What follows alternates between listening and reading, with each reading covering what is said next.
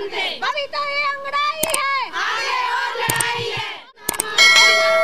जिंदाबाद, एनएम शक्ति जिंदाबाद, एनएम एकता जिंदाबाद, एनएम एकता जिंदाबाद। हम अपना अधिकार मांगते, नहीं किसी से भीख मांगते। जो नारी का अपमान करेगा हम उसको नहीं छोड़ेंगे, जो नारी का अपमान करेगा हम उसको नहीं छोड़ेंगे, जो एनएम का अपमान करेगा हम उसको नहीं छोड़ेंगे, जो एनएम का अपमान करेगा। अलीराजपुर जिले में ड्यूटी के दौरान एएनएम नर्सों के साथ की गई अभद्र हरकत और हमले में 2 नर्सों के घायल होने की घटना ने पूरे स्वास्थ्य अमले को झकझोर कर रख दिया है। ये वही नर्सें हैं जो दिन रात गांव-गांव जाकर मातृ शिशु स्वास्थ्य सेवाएं देती हैं, बच्चों को टीके लगाकर उन्हें जीवनदान देती हैं और खसरा मुक्त भारत जैसे राष्ट्रीय सपनों को साकार करने में जुटी रहती हैं। लेकिन अफसोस की बात है कि जिनके हाथों में जीवन बांटने की जिम्मेदारी है, वही आज अपनी सुरक्षा के लिए तरस रही हैं। शासन प्रशासन की लापरवाही और दोषियों पर कार्रवाई न होने से एएनएम नर्सों का मनोबल बुरी तरह टूट रहा है। इसी आक्रोश के चलते संयुक्त एएनएम एसोसिएशन संविदा एवं नियमित कर्मचारी संघ ने ग्वालियर कलेक्टर के प्रतिनिधि को मुख्यमंत्री के नाम ज्ञापन सौंपा।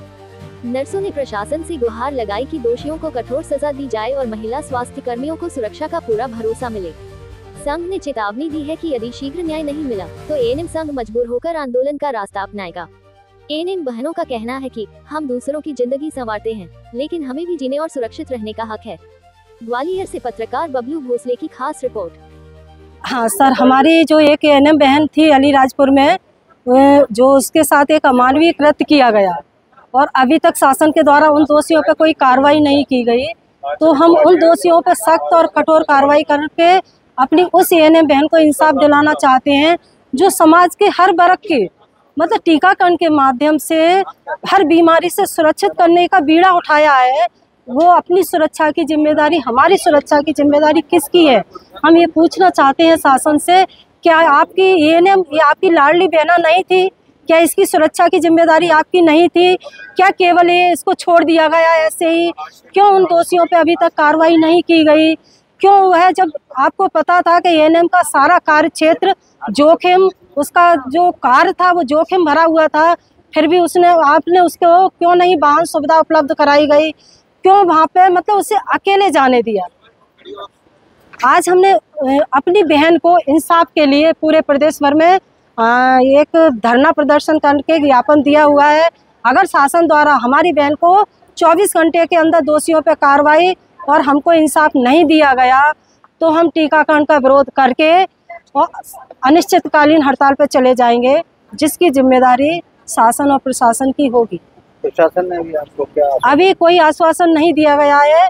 आज हमने उसी के विरोध में पूरे प्रदेश में ज्ञापन के माध्यम से अपनी बात रखने की कोशिश की है।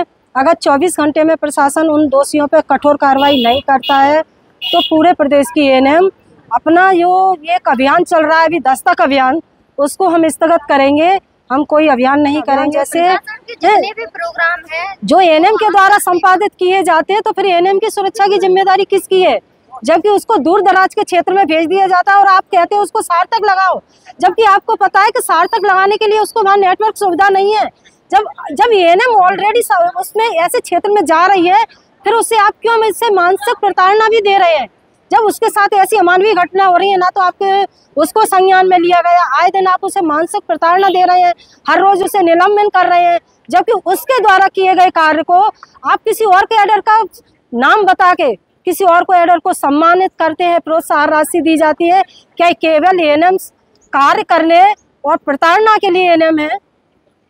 शासन से एएनएम के साथ एक जो पक्षपात वाला व्यवहार किया जा रहा है, वो क्यों किया जा रहा है? ये इसके लिए आज हमने प्रदेश भर में ज्ञापन दिया हुआ है।